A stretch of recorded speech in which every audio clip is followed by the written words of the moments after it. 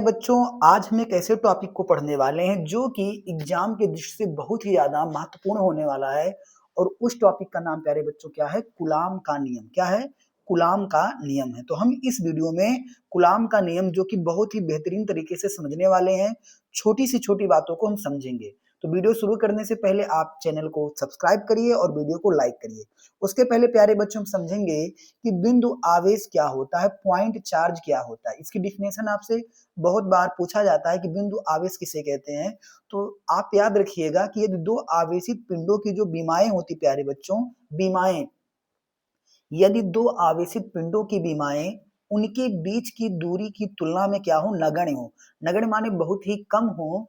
तो उन दोनों आवेशों को क्या बोलते हैं? बिंदु आवेश कहते हैं। तो आप इसका डिफिनेशन नोट कर लीजिएगा कॉपी कलम लेके कि यदि दो आवेशित पिंडों की विमाएं उनके बीच की दूरी की तुलना में नगण्य हो तो उन दोनों आवेशों को प्यारे बच्चों बिंदु आवेश कहते हैं। ठीक है ना? चलिए अब हम कूलाम का नियम समझेंगे। ठीक है ना? तो कूलाम का नियम समझने से पहले प्यारे बच्चों हमको समझना पड़ेगा कि वैद्युत बल क्या होता है। वैद्युत बल क्या होता है पहले इसको हम समझेंगे। ठीक है ना? तो वैद्युत बल में क्या होता है प्यारे बच्चों कि आपको पता है कि देखो समझो इस बात को कि दो आवेशों के बीच अगर कोई दो आवेश हैं तो दो आवेशों के बीच प्यारे बच्चों एक बल काम करता है। और यह बल क्या काम करता है? ये बल जो कार्य करता है इसे हम लोग क्या बोलते हैं? वैद्युत बल कहते हैं। ठीक है ना? जैसे आपने पढ़ा होगा अभी तक आपने क्या पढ़ा होगा कि मान लेते हैं हमारे पास प्यारे बच्चों कि दो आवेश हैं, एक आवेश Q1 है, एक आवेश Q2 है। या छोड़ देते हैं इस चीज को, ये आप याद रखिएगा कि अभी आपने पढ़ा होगा आवेशों के गुण में एक प्लस आवेश है और एक माइनस आवेश है। तो आपको पता है कि इन दोनों में प्यारे बच्चों कौन सा बल लगेगा? इन दोनों में प्यारे बच्चों आकर्षण बल लगेगा। कौन सा बल लगेगा? आकर्षण बल लगेगा। ठीक है ना? जैसा कि आप लोग यहाँ पे देख पा रहे हो। तो जब दो आवेशों के बीच जो बल कार्य करता है उसी को प्यारे बच्चे हम लोग बोलते हैं वैद्युत बल। ठीक है ना? इसके अलावा आपको मैंने ये भी बताया है कि जो समान आवेश होते हैं प्यारे बच्चों, समान आवेश का मतलब जैसे आप देख पा रहे हो प्लस क्यू और प्लस क्यू। तो समान आवेशों के बीच प्यारे बच्चों कौन सा बल लगता है? प्रतिकर्षण बल लगता है। प्रतिकर्षण का मतलब जैसे कि आप यहाँ पे देख पा रहे होंगे कि जो प्लस क्यू आवेश ये दोनों एक दूसरे को क्या कर रहे हैं प्यारे बच्चों? दूर जा रहे हैं। तो ये प्रतिकर्षण बल हो गया। यानी जो लाइक चार्ज होते हैं उनमें क्या होता है प्यारे बच्चों? प्रतिकर्षण होता है। ठीक है ना? और जो विपरीत प्रकृति के आवेश होते हैं प्यारे बच्चों, विपरीत का मतलब जैसे प्लस क्यू देखो हो गया, यहाँ पे माइनस क्यू हो गया।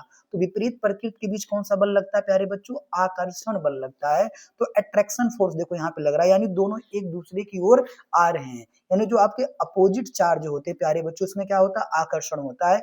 इतनी बात आपको पता होगी। तो बात ही कूलाम ने सोचा कि जब ये प्रतिकर्षण बल लग रहा है समान आवेशों में और विपरीत आवेशों में जो है आकर्षण बल लग रहा है, तो ये जो बल लग रहा है प्यारे बच्चों, ये बल किस पे डिपेंड करता है? ये बल जो लग रहा है ये बल किस पर निर्भर करेगा? इसका फार्मूला क्या होगा? तो कूलाम ने जो है वैद्युत बल के लिए क्या बनाया? अपना फार्मूला बनाया, सिद्धांत बताया। तो उसी को हम लोग देखने वाले हैं। ठीक है ना? तो देखिए पहली बात जानिएगा कि ये जो कूलाम थे कहाँ के थे? तो फ्रांसीसी वैज्ञानिक यानी फ्रांस के वैज्ञानिक। जब भी आपसे कूलाम का नियम पूछा जाए तो आप यहाँ से ही स्टार्ट करिएगा। ठीक है ना? फ्रांसीसी वैज्ञानिक कूलाम ने प्यारे बच्चों फ्रांसीसी वैज्ञानिक कूलाम ने कितने में? सन 1785 में दो आवेशों के बीच कार्य करने वाले वैद्युत बल के संबंध में, किसके संबंध में? वैद्युत बल के संबंध में एक नियम प्रतिपादित किया जिसे प्यारे बच्चों क्या कहते हैं? कूलाम का नियम कहते हैं। आपको इतनी बात याद रखनी पड़ेगी कि सन 1785 में फ्रांसीसी वैज्ञानिक कूलाम ने दो आवेशों के बीच कार्य करने वाले वैद्युत बल के संबंध में एक नियम प्रतिपादित किया जिसे कूलाम का नियम कहते हैं। ठीक है ना? इतनी बात समझ में आई? अब देखते हैं आगे। और ये नियम क्या होता है? तो इस नियम के अनुसार प्यारे बच्चों क्या होता है?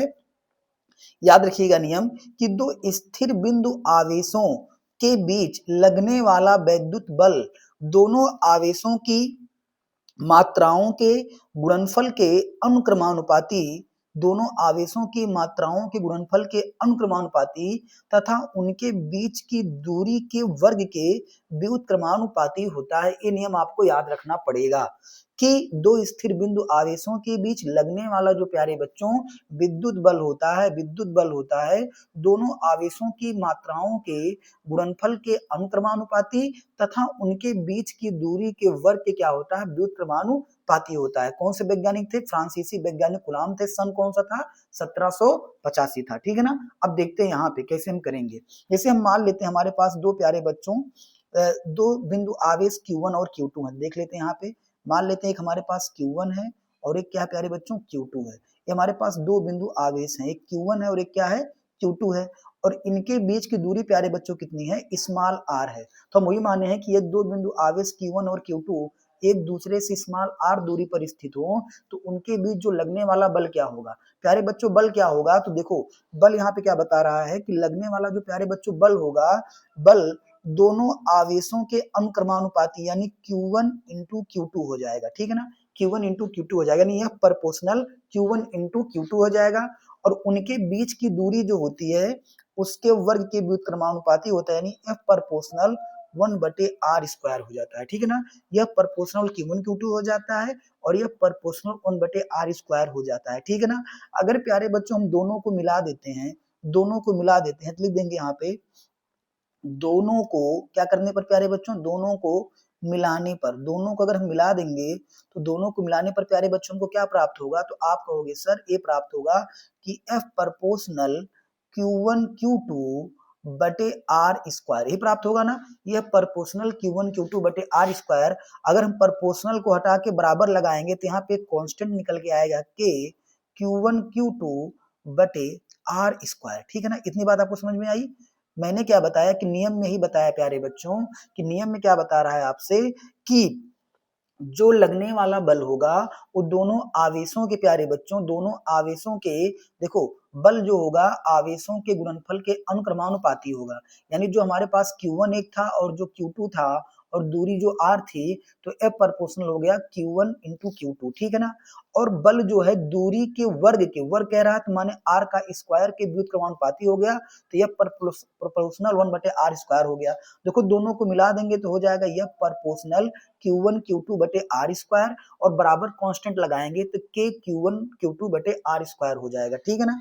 अब यहाँ पे जो प्यारे बच्चों एक k निकल के आता है, एक k निकल के आता है, तो क्या हो गया कि जहाँ k जो है प्यारे बच्चों अनुक्रमानुपाती नियतांक है। क्या है?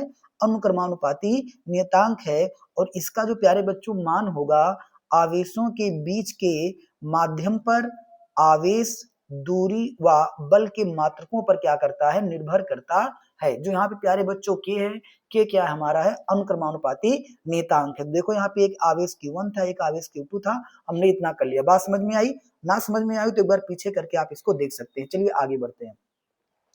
आगे देखेंगे कि देखो प्यारे बच्चों अगर भौतिक राशियों का मात्रक जो है एसआई मात्रक में हो, किसमें हो? एसआई मात्रक में हो। एसआई मात्रक का मतलब जो हो गया प्यारे बच्चों कि जो हमारे F बराबर के Q1 Q2 बटे r² हैं, अगर प्यारे बच्चों ये एसआई में हो और उनके बीच दोनों आवेश जो हमारे पास थे Q1 और Q2 उसके बीच जो माध्यम जो हो प्यारे बच्चों y या निर्वात हो, तो जो k का मान निकल के आता है 9 गुणे 10 की पावर 9 न्यूटन मीटर स्क्वायर बटे कूलाम स्क्वायर होता है। तो प्यारे बच्चों जो अभी आपने निकाला था F बराबर के Q1 Q2 बटे r² जो आपने फार्मूला निकाला था, इसमें ये कह रहा है कि अगर सारे मात्रक एसआई में हो और दोनों आवेशों के बीच क्या हो? आपका वायु या निर्वात हो, तो जो इस k का मान आता है कितना आता है? 9 गुणे 10 की पावर 9 न्यूटन मीटर स्क्वायर बटे कूलाम स्क्वायर आता है। यानी जो प्यारे बच्चों k निकल के आया, k को हम लिख सकते हैं 1/4 पाई एप्सिलॉन 0। क्या लिख सकते हैं प्यारे बच्चों? k को हम लिख सकते हैं 1/4 पाई एप्सिलॉन 0, और k का मान किसके बराबर होता है? याद रखिएगा 9 गुणे 10 की पावर 9 न्यूटन मीटर स्क्वायर बटे कूलाम स्क्वायर इसका क्या होता है? मान होता है। तो k का मान आपको याद रखना है प्यारे बच्चों, k बराबर कितना होता है? 9 गुणे 10 की पावर 9 न्यूटन मीटर स्क्वायर बटे कूलाम स्क्वायर, और k को प्यारे बच्चों क्या लिख सकते हैं? 1/4 पाई एप्सिलॉन 0 लिख सकते हैं। ठीक है ना। k को क्या लिख सकते हैं? 1/4 पाई एप्सिलॉन 0 लिख सकते हैं, जैसे कि यहाँ पे मैंने बताया है। और जो प्यारे एप्सिलॉन 0 है, एप्सिलॉन जीरो क्या कहते हैं हम लोग? निर्वात की वैद्युतशीलता कहते हैं। क्या कहते हैं? निर्वात की वैद्युतशीलता। अगर कोई आपसे पूछे कि एप्सिलॉन जीरो को क्या कहते हैं, तो निर्वात की वैद्युतशीलता कहते हैं। इसके बारे में एक अलग वीडियो में बनाऊंगा क्योंकि बहुत ही ज्यादा इंपॉर्टेंट होता है। और इसका मान याद रखिएगा 8.85 गुणे 10 की पावर -12 कूलाम स्क्वायर बटे न्यूटन मीटर स्क्वायर होता है। तो 8.85 गुणे 10 की पावर -12 कूलाम स्क्वायर बटे न्यूटन मीटर स्क्वायर होता है। ठीक है ना? यानी प्यारे बच्चों आप इतना समझ लीजिएगा कि जो कूलाम का नियम निकल के आया F बराबर के Q1 Q2 बटे आर स्क्वायर, तो हमने के का मान क्या रख दिया? 1/4 pi epsilon zero Q1 Q2 बटे आर स्क्वायर, या तो इसको हम ये भी लिख सकते हैं, इसका मान मैंने कितना बताया आपको? 9 गुणे 10 की पावर 9, यानी 9 गुणे 10 की पावर 9 Q1 Q2 बटे आर स्क्वायर, इसको हम ये भी लिख सकते हैं। ठीक है ना? चलिए आगे बढ़ते हैं। आगे प्यारे बच्चों क्या होगा कि अगर दोनों आवेशों के बीच प्यारे बच्चों क्या हो? निर्वात या वायु हो। क्या हो? निर्वात या वायु हो, तब क्या होगा प्यारे बच्चों? तो देखिए अगर दोनों के बीच प्यारे बच्चों निर्वात होता है तो एयर के लिए क्या हो जाएगा फार्मूला? F बराबर 1/4 pi epsilon zero Q1 Q2 बटे आर स्क्वायर। ठीक है ना? यदि दोनों आवेशों के बीच क्या हो? निर्वात या वायु हो, क्योंकि इसके लिए प्यारे बच्चों के का मान एक होता भी हम आपको बताएंगे के क्या वहां पे। ठीक है ना? तो निर्वात अथवा वायु में स्थित हो तो इसे वैद्युत बल क्या होगा? F बराबर 1/4 pi epsilon zero Q1 Q2 बटे आर स्क्वायर हो जाएगा।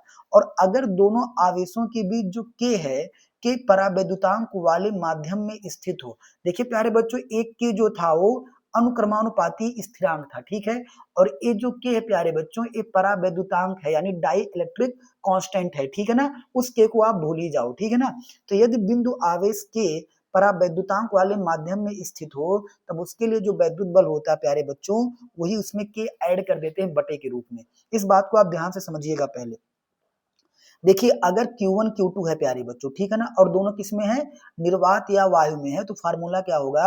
F एयर बराबर 1/4 pi epsilon zero Q1 Q2 बटे आर स्क्वायर। ठीक है ना? और यहाँ पे प्यारे बच्चों वैद्युत बल क्या होता है? अधिकतम होता है। निर्वात या वायु में वैद्युत बल क्या होता है प्यारे बच्चों? सबसे ज्यादा लगता है। अगर कोई परावैद्युत माध्यम हो, यानी इन डाइलेक्ट्रिक मीडियम में, यानी Q1 Q2 के बीच प्यारे बच्चों जो देख पा रहे हो यहाँ पे कोई हमने परावैद्युत पदार्थ भर दिया है। ठीक है ना? तो जैसे पदार्थ भरेंगे तो जो बल होगा वो मीडियम वाला हो जाएगा। F मीडियम बराबर क्या हो जाएगा? 1/4 पाई एप्सिलॉन जीरो के Q1 Q2 बटे आर स्क्वायर। ठीक है ना?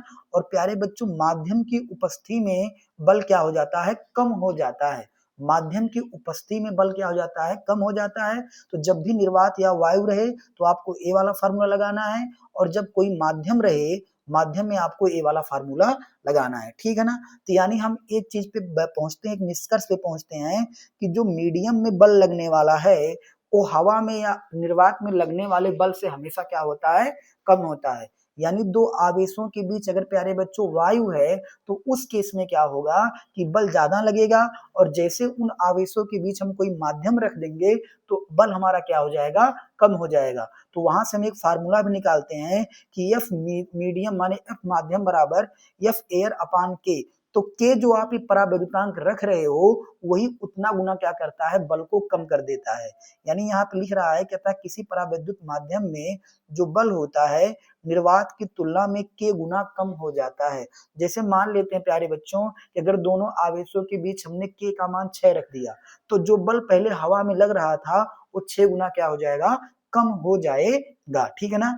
के बारे में एक अलग से सेपरेट वीडियो बनाई जाएगी जहां पे आप इसको अच्छे से समझ पाएंगे। ठीक है ना? तो आपको ये दोनों फार्मूला याद करना बहुत ही ज्यादा जरूरी है। ठीक है ना? दोनों फार्मूला आप अच्छे से याद करिएगा। आगे देखते हैं क्या है। आगे प्यारे बच्चों हम क्या करेंगे? बल का मतलब अगर मान लेते हैं Q1 Q2 बराबर 1 कूलाम हो जाए, क्या हो जाए? Q1 Q2 बराबर 1 कूलाम हो जाए और R बराबर 1 मीटर हो जाए तो बल कितना हो जाएगा? 9 गुणे 10 की पावर 9 न्यूटन हो जाएगा। ठीक है ना? यानी यहाँ से हम एक कूलाम की परिभाषा देने वाले हैं। कैसे प्यारे बच्चों होगा? आप जान भी रहे हो कि F बराबर के Q1 Q2 बटे आर स्क्वायर है। अगर आप प्यारे बच्चों यहाँ पे क्या कर रहे हो कि आपने Q1 Q2 को एक ले लिया, यानी ये दोनों एक हो गए, और दूरी को आप एक ले रहे हो तो ये भी एक हो गया, तो F बराबर के आएगा, और के का मान कितना होता है? 9 गुणे 10 की पावर 9 न्यूटन हो जाता है। तो तो वही चीज कह रहा है कि यदि Q1 Q2 को हम एक कूलाम मान लेते हैं और दूरी को 1 मीटर कर लेते हैं, तो जो लगने वाला फोर्स होगा 9 गुणे 10 की पावर 9 न्यूटन होगा, ठीक है ना। तो वहां से हमको ये कूलाम की परिभाषा निकलती है कि एक कूलाम की परिभाषा क्या होती है, देख लेते हैं कि जब दो स्थिर आवेश निर्वात या वायु में 1 मीटर दूरी पर स्थित हों, जब दो स्थिर आवेश निर्वात या वायु में 1 मीटर दूरी पर स्थित हों, तो उनके बीच 9 गुणे 10 की पावर 9 न्यूटन का प्रतिकर्षण बल लग रहा हो, तो प्रत्येक आवेश का मान कितना होगा प्यारे बच्चों, 1 कूलाम होगा। कितने कूलाम होगा, 1 कूलाम होगा। यानी कोई पूछे आपसे 1 कूलाम की परिभाषा क्या होती है, कि जब दो स्थिर आवेश निर्वात या वायु में 1 मीटर दूरी पर स्थित हो, तो उनके बीच 9 गुणे 10 की पावर 9 न्यूटन का प्रतिकर्षण बल लग रहा हो, तो प्रत्येक आवेश का मान कितना होगा, 1 कूलाम होगा। ठीक है ना प्यारे बच्चों, बात समझ में आ गई। तो आज के वीडियो में बस इतना ही। आप इसको अच्छे से प्यारे बच्चों नोट बना लीजिएगा। मिलते हैं अगली वीडियो में। वीडियो अच्छी लगी हो तो लाइक करिएगा, चैनल को सब्सक्राइब जरूर कीजिएगा।